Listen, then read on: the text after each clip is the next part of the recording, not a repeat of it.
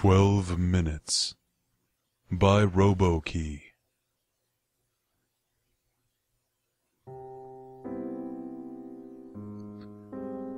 In the fall of 1987, local news channel WSB-TV-2 of Atlanta, Georgia, was attempting to fill a scheduling gap in their Sunday morning lineup.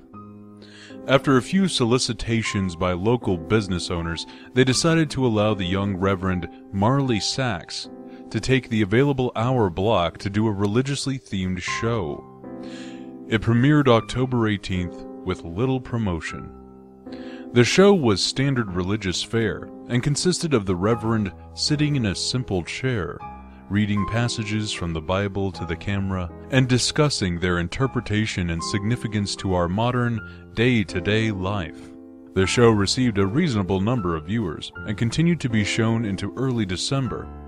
It was then that the studio began to receive extremely strange complaints from viewers of Words of Light with the Reverend Marley Sachs. The calls were from women, and women only, who vaguely referred to uncomfortable feelings they had at very specific intervals during the program. They described feelings of nausea, back pain, dizziness, and blurred vision. These callers, for no discernible reason, were convinced that it was the viewing of this program that was causing these symptoms. It was later determined that after 3 weeks of complaints that these feelings were happening at roughly 12-minute intervals during the course of the program. The small studio staff checked all recording equipment, both audio and video, and found nothing faulty. When the Reverend was made aware of these incidents, he merely shrugged and stated cryptically that some can't handle the voice of God. The head of the studio, at a loss to explain the cause of these complaints, decided to continue running the program. By February, viewership had dropped sharply, and it was decided to pull the plug on the show. The studio head figured it would be more prudent to spend as much time as possible on the news story that had the other 2 local news networks abuzz: the miscarriage epidemic. Starting sometime in November, the number of healthy pregnant women miscarrying in the Atlanta metropolitan area had reached over 300.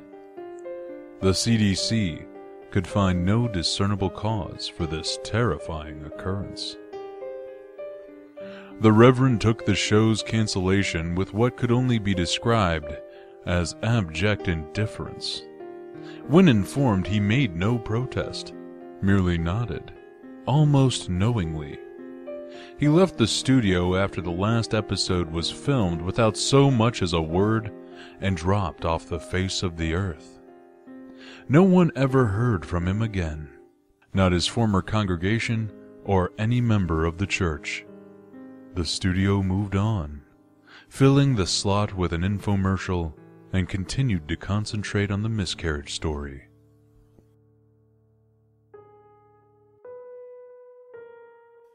A year and a half later, an intern at the WSB studios discovered the tapes of the Words of Light and began going through them in an attempt to find stock footage for an upcoming piece the station was doing on the impact religion had on the city.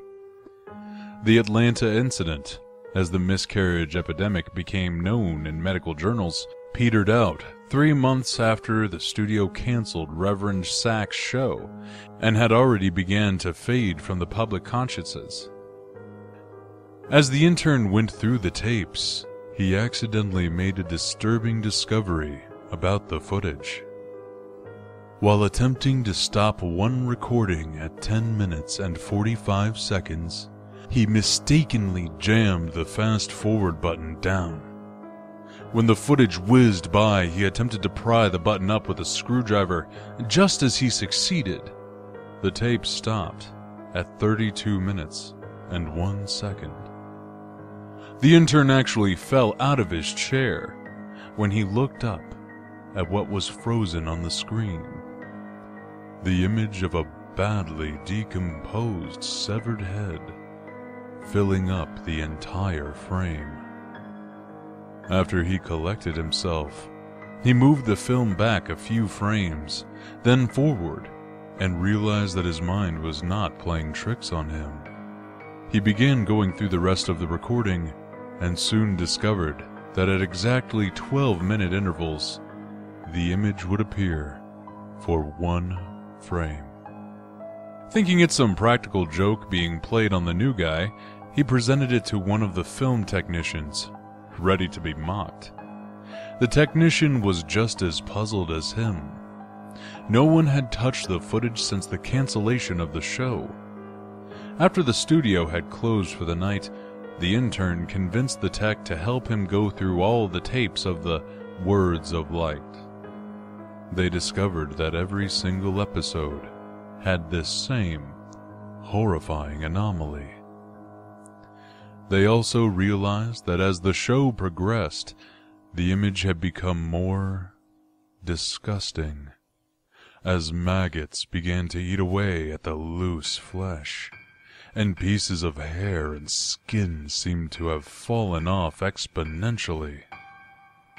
The tech made clear to the intern that what they were seeing was technically impossible, since the film itself showed absolutely no signs of splicing, and he himself had been at every filming of the show and knew of no time when this image could have been inserted into the frame. All of this was presented to the studio head, who, fearing some kind of backlash over allowing this to get on the air, ordered all of the tapes destroyed. He told the intern and tech that he had no interest in knowing who did it at this point, only that covering their collective asses is all that's important now. He demanded that they mention this to no one. The tech easily moved on, remembering the incident as a darkly funny personal anecdote, but the intern wouldn't let it go. He made copies of as many tapes as he could before they were wiped, and took them to see if he could find anything else in them that might point to who did this or why they would. A week later, he attempted to rope the tech into helping him again, saying that he believed he had discovered something even more disturbing than the images themselves. When the single frames were edited together in chronological order, the head's mouth appeared to be moving, as if trying to form words. The tech, fearing for his job, told him to get rid of the copies and not talk about it again. A week later, police responded to a 911 call made by an elderly woman in one of the Atlanta suburbs at dusk. She had heard terrible noises coming from her next-door neighbor's house, where a young couple lived. She told the emergency responder that the wife was pregnant and that she was terrified that something had happened. When the officers arrived on the scene 20 minutes later, they found no lights on in the windows and the front door ajar. They moved in slowly and made their way to the living room. Inside, they found a young woman, dead, with her abdomen slashed open. The wound was jagged, and a trail of blood led from the body to the couch on the far end of the room. And there sat her husband, the studio intern, naked, the corpse of his unborn child at his feet, dying. In his hand he held the rusty piece of metal siding he had used to gut his pregnant wife. The television was on and playing an 18-second loop of silent footage of a decomposing head mouthing some unintelligible words.